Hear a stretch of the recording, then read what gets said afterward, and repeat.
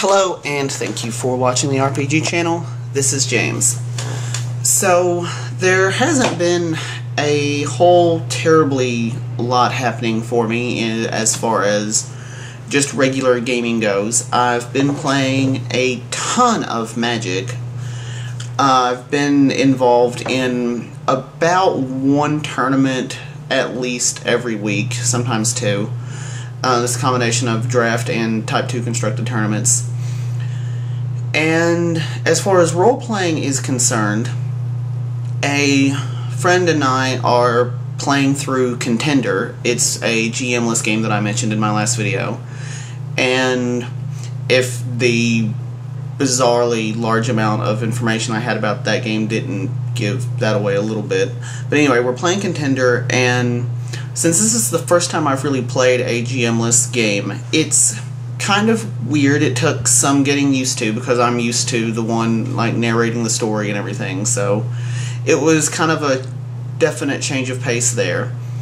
But one thing that was cool is that I wasn't sure how I would be into it because it's so different, like narrating your character as well as narrating the story that's unfolding around your character. Like, you're in complete control of that for the most part. But the game itself, like, I wasn't sure if I would be able to get into that and like be real narrative about it or anything like that.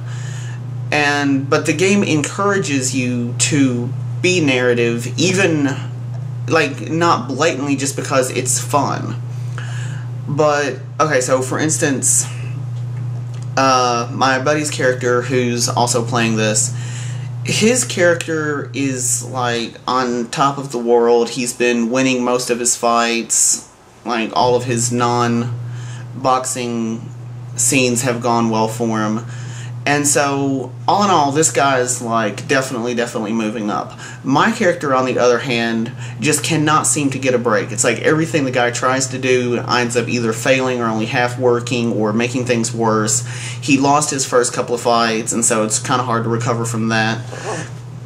And so it's been really interesting to see the differences here. But one thing, for instance, is, say you have this stat in the game called Pain. Yeah, there's a stat called Pain, and it represents the degree of influence that things like torment and sorrow and depression and just anger has on your character, like how negative of a person they are and how badly they're letting the things around them affect them personally. And my character has a really high pain score. But you can use that to your advantage under certain limited circumstances. For instance, when you're fighting, there's a tactic you can use called Bringing the Pain, which is very appropriate for the game. And what that does is it turns your pain score into a bonus on your fighting skill and also for your damage for one round.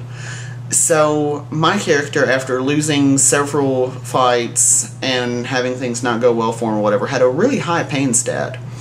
And so I get into a fight with an NPC, and first round I used the Bring the Pain tactic and completely floored the guy. And like, there was nothing even humanly possible he could have done to have survived that round. And it was just a first round knockout. And so it was just fun. Like, we described it, you know, how that happened or whatever, and I was like, yeah, my character was probably like standing over in his corner, like really like ticked off and brooding through the entire like warm-up sequence and all that stuff. And like the other guy is like hopping around, like they go to the middle of the ring, and my guy probably didn't even like bring his gloves up and just like haymakers the guy right in the face and puts him out. And so, did that happen as far as the mechanics of the game were concerned? No, but that's the story that unfolded because of the mechanics of the game. Well, this isn't making it into the final cut, I'll tell you that right now. Okay, so one of the things that Contender lets you do also is take over the narrative of another player, because you guys, you're kind of competing against each other, but not as far as your characters are concerned. It's not like my character and my friend's character were enemies or anything like that. They don't even know each other. But there's an in-game obligation for us to try to beat each other as far as certain scores are concerned. And so through that, I was encouraged to use this rule that the game allows, where you take over the narrative of another player and have something bad happen to them that they then have to deal with, and that lowers my character's pain stat. And it makes the game a bit more predictable, a bit more unpredictable, so that things don't always just go exactly how you plan them out or whatever. So there's an element of unpredictability, even without a GM calling the shots. In other news, my work on Devil's Crossroads is going fabulously well. I've revised most of the rules and tried to solve some of the little hiccups that some of the playtesters mentioned to me, and in some cases these were not so little.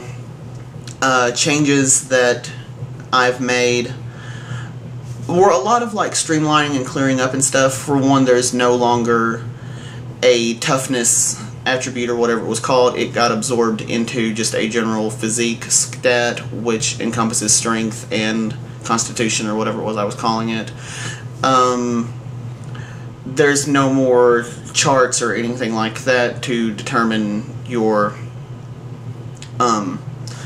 attributes, or traits rather, that are determined from your attributes. Instead, most of the time you just divide your base attribute by 2.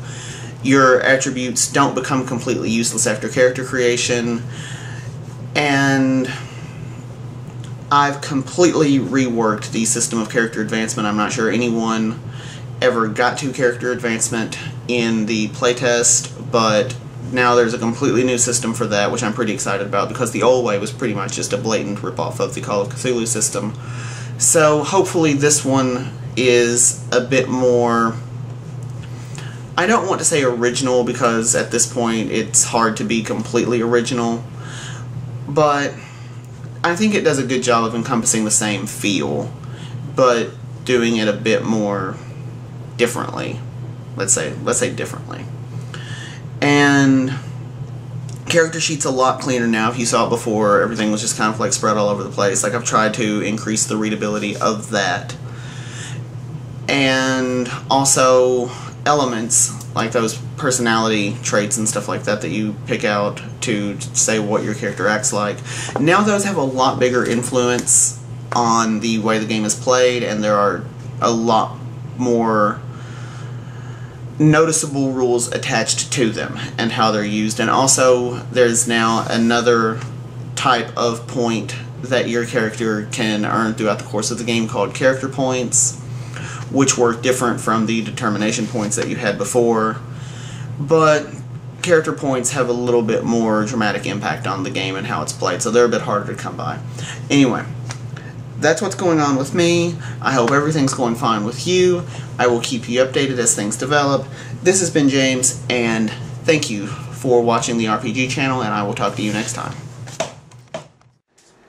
Did I walk in front of you? Or something, James? Yeah, you did.